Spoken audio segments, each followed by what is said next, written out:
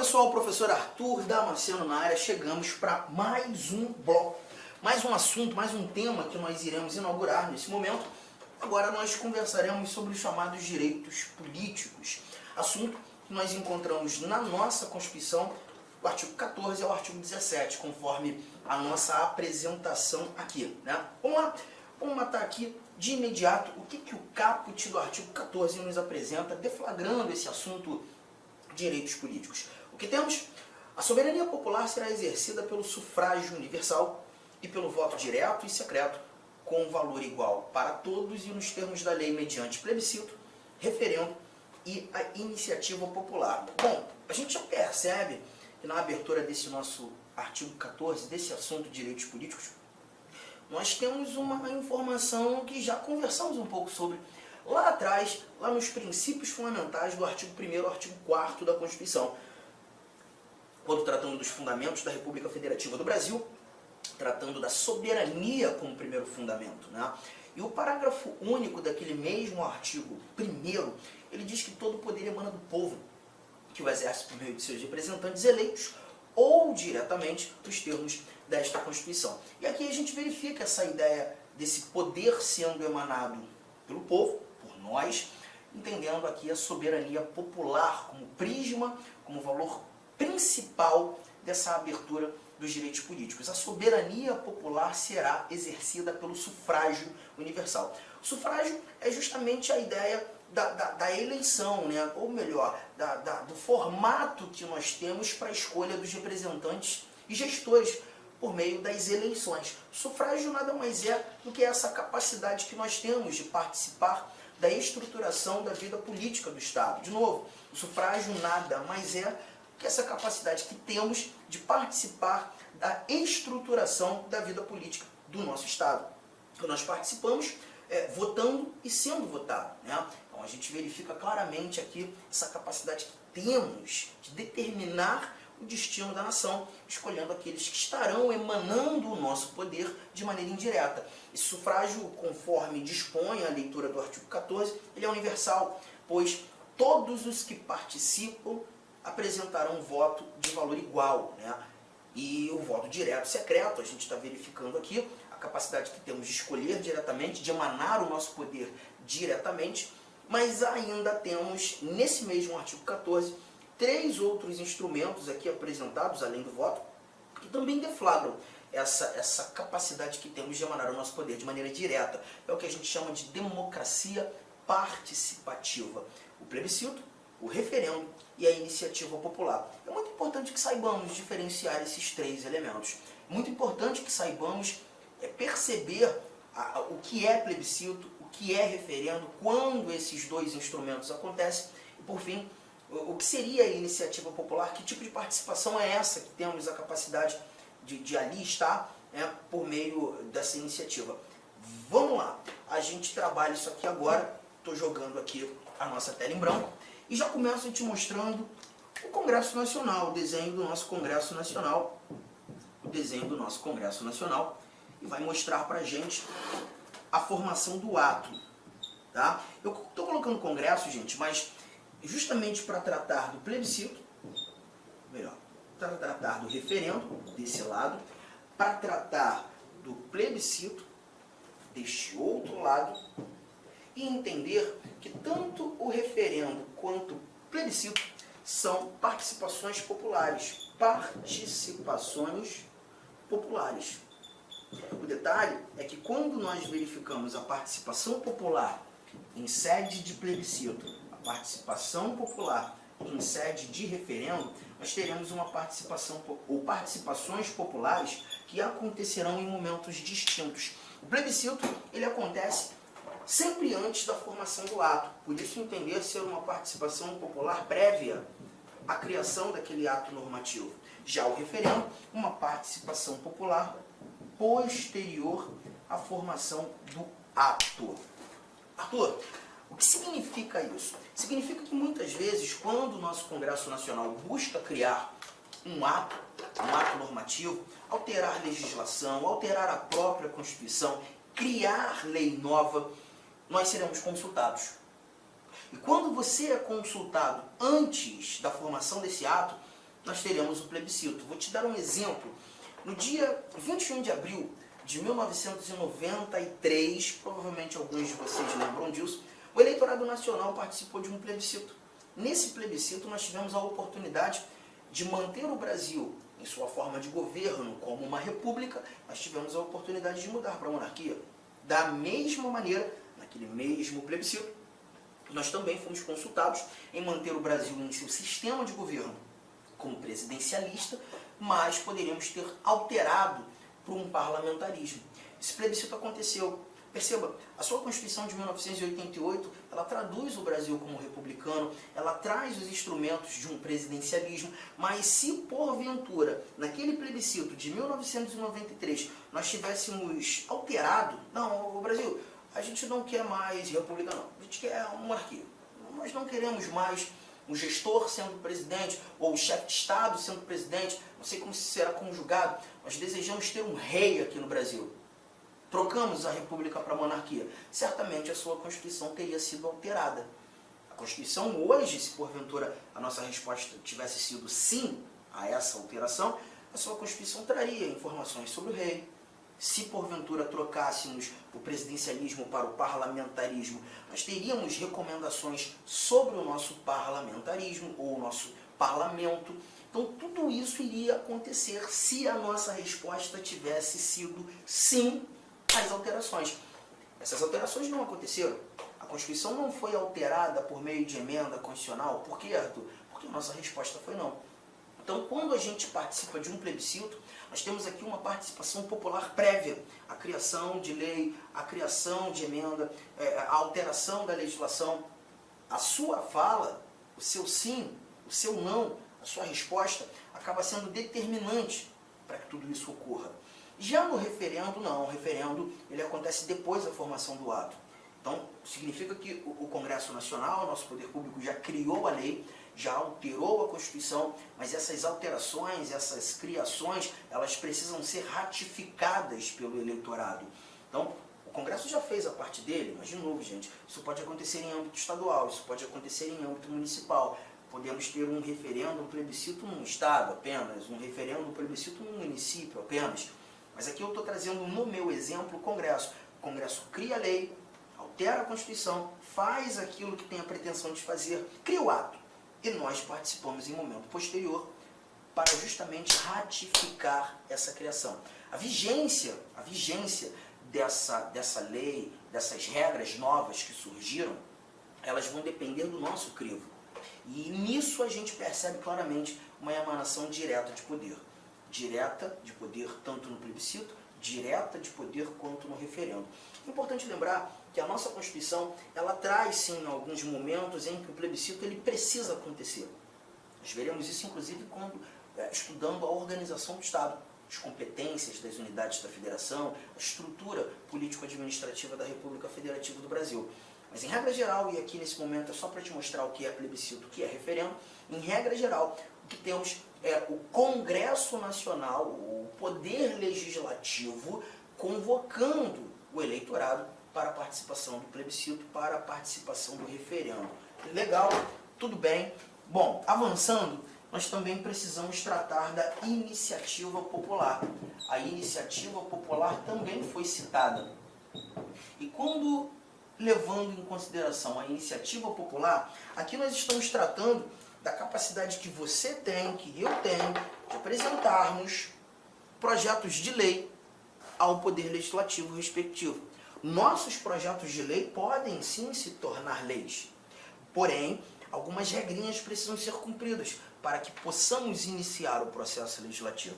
Não se confunda, a iniciativa popular nada tem a ver com a ação popular. A iniciativa popular é a apresentação de projeto de lei. A ação popular é uma ação judicial, remédio constitucional, que faz controle da administração pública. Bom, vamos lá falar um pouco sobre essa iniciativa popular. Eu vou trazer alguns detalhes importantes que você precisa saber. Se a tua pretensão é apresentar um projeto de lei ao Congresso Nacional, esfera federal, as regras dessa iniciativa popular são apresentadas para a gente no artigo 61, parágrafo 2º da Constituição.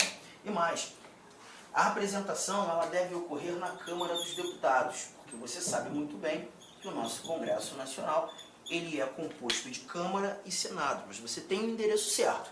Você conduz o seu projeto, protocoliza o seu projeto no Congresso, na Câmara dos Deputados.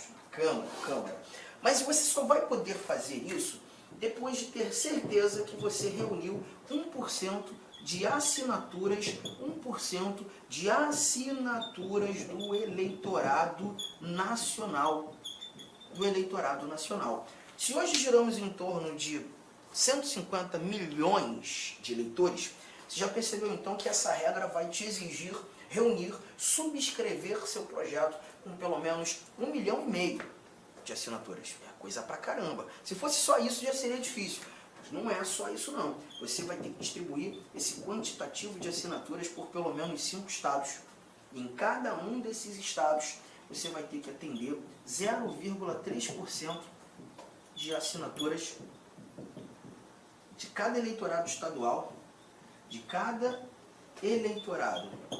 estadual, que você escolheu distribuir. Por exemplo, se você buscou distribuir assinaturas no Mato Grosso do Sul, Goiás, Tocantins e Amazonas, você vai ter que levar em consideração o eleitorado de cada um desses 5 estados e atender pelo menos 0,3% do eleitorado de cada um desses 5 estados.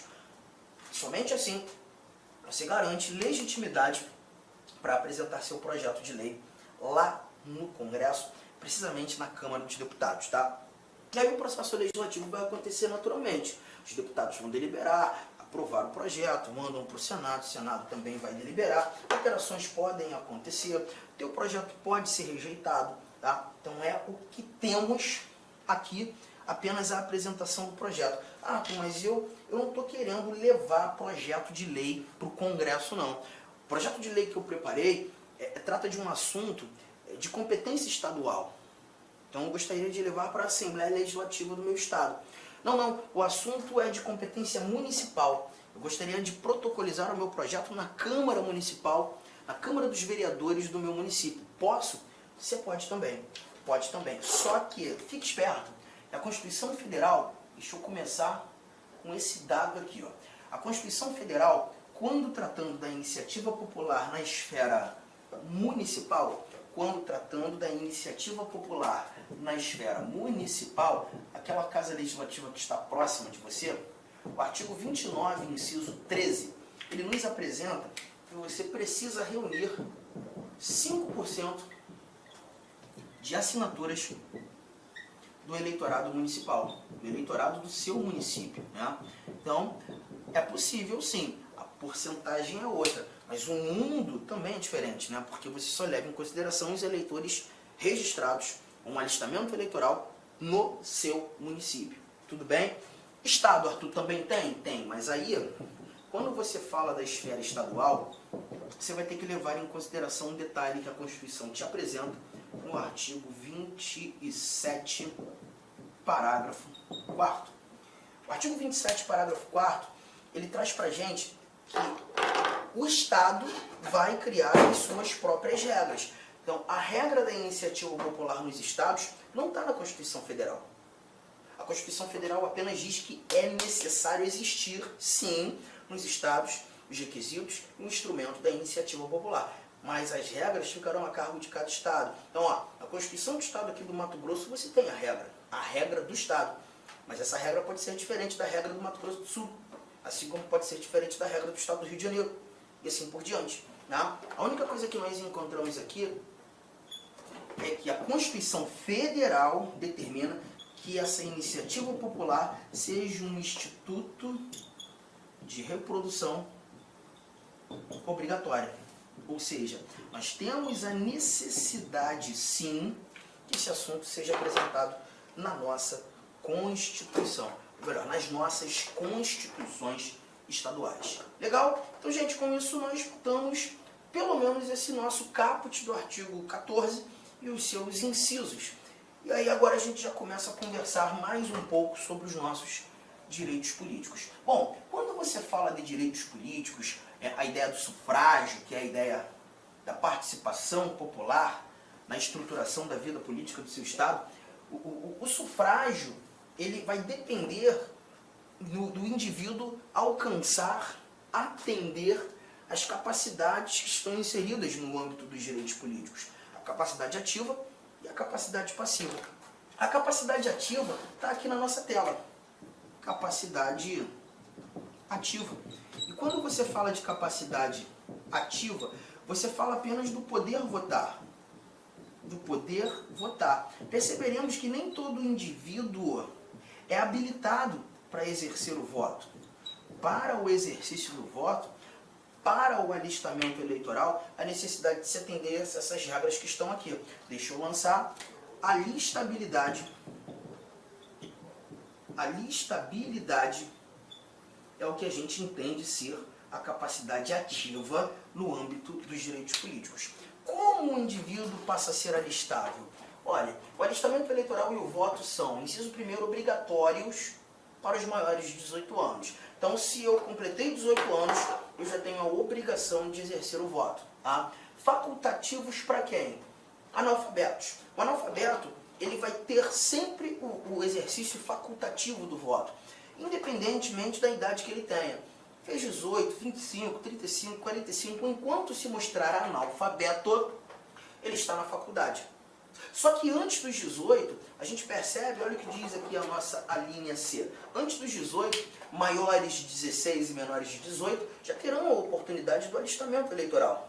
Então a gente percebe que se aquele jovem rapaz de 16 anos, ele pode ter o seu título de eleitor. Ele vai ter a oportunidade de votar, mas facultativamente. Tá? E após os seus 70 anos, depois que ele viver toda a vida, a partir dos 70, o voto voltará a ser facultativo. Um ponto muito importante, o meu filho tem 16 anos de idade, ele fez o alistamento eleitoral, por exemplo, ano passado, e esse ano ele já está comentando aqui que ele não deseja votar, mas ele já tem o título de eleitor, mas ele vai completar 17 anos esse ano. Se ele já tem o título de eleitor, mas ainda não atingiu os 18, ele vai ser obrigado a votar? Não.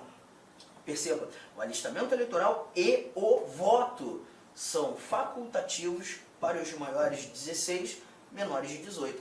Ainda que ele não tenha alcance, ainda que ele já tenha um alistamento eleitoral, já tenha o título de eleitor, mas se ainda não completou 18, ele não é obrigado a exercer o voto. Ele não é obrigado a exercer o voto. Firmeza? Aqui então tratamos da alistabilidade, o início desse nosso bate-papo sobre capacidade ativa.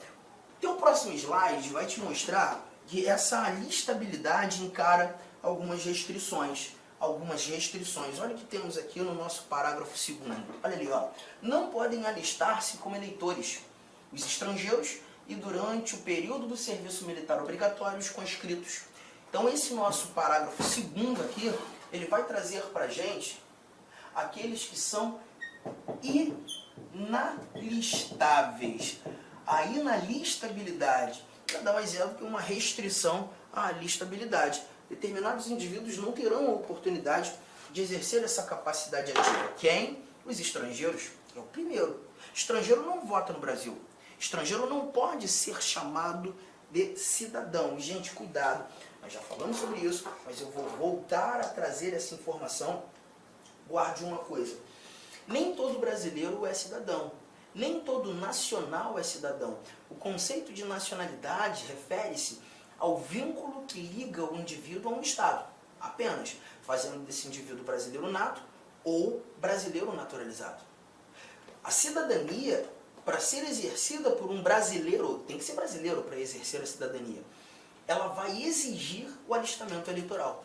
Então só poderá ser considerado cidadão no Brasil aquele indivíduo que já alcançou os seus 16 anos, pelo menos 16 anos, como vimos aqui no slide anterior. 16 anos, o alistamento já é facultativo, obrigatoriamente a partir dos 18. Juntos até aqui? Então, cuidado com esse detalhe, tá? Outro ponto importante, conscritos. Os conscritos também foram aqui apresentados como inalistáveis, né? Além dos estrangeiros, os conscritos. Arthur, mas quem são esses conscritos? Os conscritos, pessoal, são aqueles militares que estão no exercício do serviço militar obrigatório. Se o indivíduo é conscrito, ele não pode votar. Se ainda não fez o alistamento eleitoral, ele não poderá fazer enquanto durar a sua conscrição, tá? Agora, toma cuidado, nem todo militar é conscrito. Nem todo militar é conscrito. De novo, os conscritos são aqueles que estão no serviço militar obrigatório. Em sala de aula, muitas vezes me perguntam, Arthur, essa conscrição ela dura quanto tempo? A minha resposta é, a conscrição ela vai durar o tempo da obrigatoriedade. A partir do momento que o serviço militar deixa de ser obrigatório, ele deixa de ser considerado conscrito e já terá a oportunidade de exercer o voto, tá? Então, nem todo militar é conscrito. Aqui, essa restrição atinge apenas os conscritos. E sabe por que eu estou dando muita ênfase a esse assunto? Porque eu já vou fazer um link aqui. Um link bem importante. Olha o que nós temos no parágrafo 8º. Do segundo, você vai dar um pulo comigo lá no parágrafo 8º. O parágrafo 8º, ele traz pra gente informações sobre militares. Ele diz assim, ó, o militar alistável é elegível, atendidas as seguintes condições. A primeira delas, se esse militar contar menos de 10 anos de serviço, ele deverá afastar-se da atividade. Se contar menos de 10 anos. Então sabe aquele teu amigo que é cabo da aeronáutica, ele tem 8 anos de serviço, 8 anos de carreira militar, mas quer porque quer ser prefeito lá do município que vocês moram, né? É importante que você fale para ele, meu amigo, ó, se eu fosse você, eu examinaria lá o artigo 14, parágrafo 8º da Constituição, e trata justamente de militares que estão na sua condição, aqueles que contam com menos de 10 anos. Menos de 10 anos. E se ele conta menos de 10 anos, a Constituição determina que ele deverá afastar-se da atividade. E é muito importante lembrarmos que o afastar-se da atividade não é pedir uma licença, não. É pedir a baixa. Ele vai ter que deixar de ser militar. Que isso, Arthur? Perfeitamente. Mas aí vamos lá. Ele abre mão da carreira, deixa de ser militar, faz sua filiação partidária, concorre ao cargo eletivo, chegando lá nas eleições ele não vence. E aí, como é que fica? E aí, como é que fica que ele vai ter que entrar aqui, né, em contato com a LAC Concursos e buscar uma nova preparação, uma melhor preparação, mas eu tenho absoluta certeza que se ele comprar os nossos cursos, ele vai ser aprovado muito rapidamente em outro concurso, porque no militarismo, pelo menos o cargo que exercia antes de pedir baixa, ele não volta não, pelo menos automaticamente não volta não. Fechou? Pois é um risco, né? Então não é jogo, Arthur, ele tentar cargo eletivo se ele conta com menos de 10 anos. Eu também acho que não. Seria melhor ele esperar para atender o segundo inciso aqui, ó. Se contar mais de 10 anos de serviço, ele será agregado pela autoridade superior. Então perceba, ele será agregado pela autoridade superior. Quando a gente fala do ser agregado pela autoridade superior, ser agregado pela autoridade superior, nós estamos falando agora sim de uma licença. Ele tem ali a sua licença, será agregado pela autoridade superior e se eleito, se ele for eleito, deixa eu trazer aqui, vitorioso, será ou passará automaticamente no ato da diplomação para a inatividade. Se ele for eleito, no ato da diplomação, ele se torna um militar inativo. No ato da diplomação, ele se torna um militar inativo. Arthur, isso é a reserva remunerada? Perfeitamente. Ele vai para a reserva remunerada, né? Agora, cuidado. Se ele encara a licença, agregado pela autoridade superior, e não é eleito, ele não deixou a ativa. Ele continua sendo um militar da ativa. Ele volta a exercer as suas atribuições. Ele não pediu baixa. Ele só deixará a ativa se ele for vitorioso. E aí, no ato da diplomação, ele será remetido à inatividade. Um ponto importante para você aqui. Gente, quando nós falamos de diplomação, nós não estamos tratando de algo simétrico à posse, tá? É importante, muitas questões misturam isso aqui. Mas muitas questões misturam isso aqui. A ideia da eleição acontecendo naquele mês de outubro. Após a eleição, nós teremos o ato da diplomação. Ele será diplomado. E em momento posterior à diplomação, ele toma posse.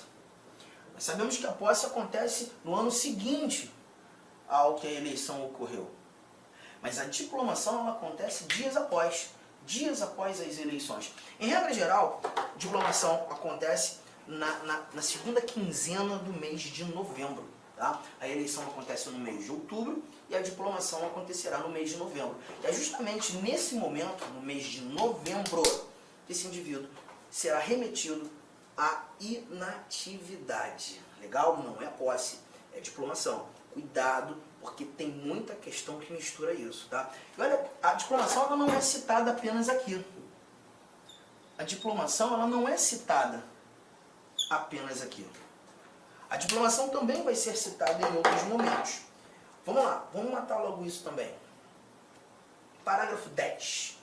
Parágrafo 10 traz o seguinte, prestem bastante atenção nesse nosso parágrafo 10. Ele diz que o mandato eletivo poderá ser impugnado ante a Justiça Eleitoral no prazo de 15 dias, contados da diplomação.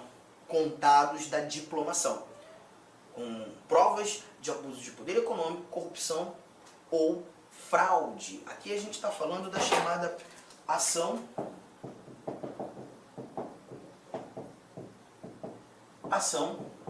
de impugnação de mandato eletivo.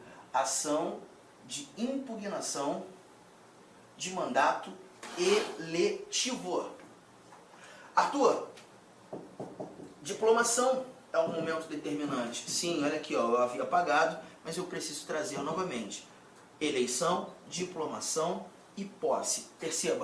Com licença, meu amigo, minha amiga, eu sou o professor Lac. Inicialmente quero pedir desculpas por ter interrompido seus estudos, mas essa aula é uma aula demonstrativa aqui do site Lac Concurso. Quero dizer para você o seguinte, que você pode assistir o restante dessa videoaula, você pode ter o material de apoio dessa videoaula e muito mais no nosso curso completaço pré-edital para o INSS. Valor do curso? O valor do curso custa 10 parcelas de R$ 45,00.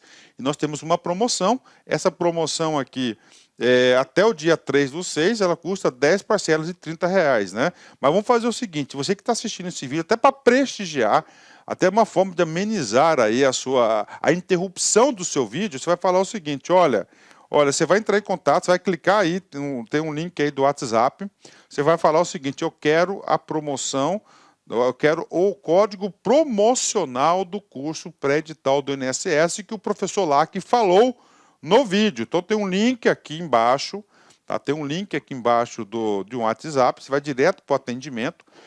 Lembra-se que o atendimento tem horários comerciais de atender e ali vai te fornecer um link para você pagar aí 10 parcelas de R$ 30,00. Cara, um curso super competitivo, é um curso na qual nós estamos nos dedicando muito. Inclusive, no último concurso, 2016, eram 2.200 vagas, salvo engano, e nós tivemos 204 pessoas, alunos, que nós ajudamos a ser aprovado nesse concurso. 204 pessoas. Cara, então o curso nosso é muito bom, é o melhor custo-benefício. Eu peço para vocês aí um voto de confiança. Meus amigos, um forte abraço, espero vocês. Tchau, tchau.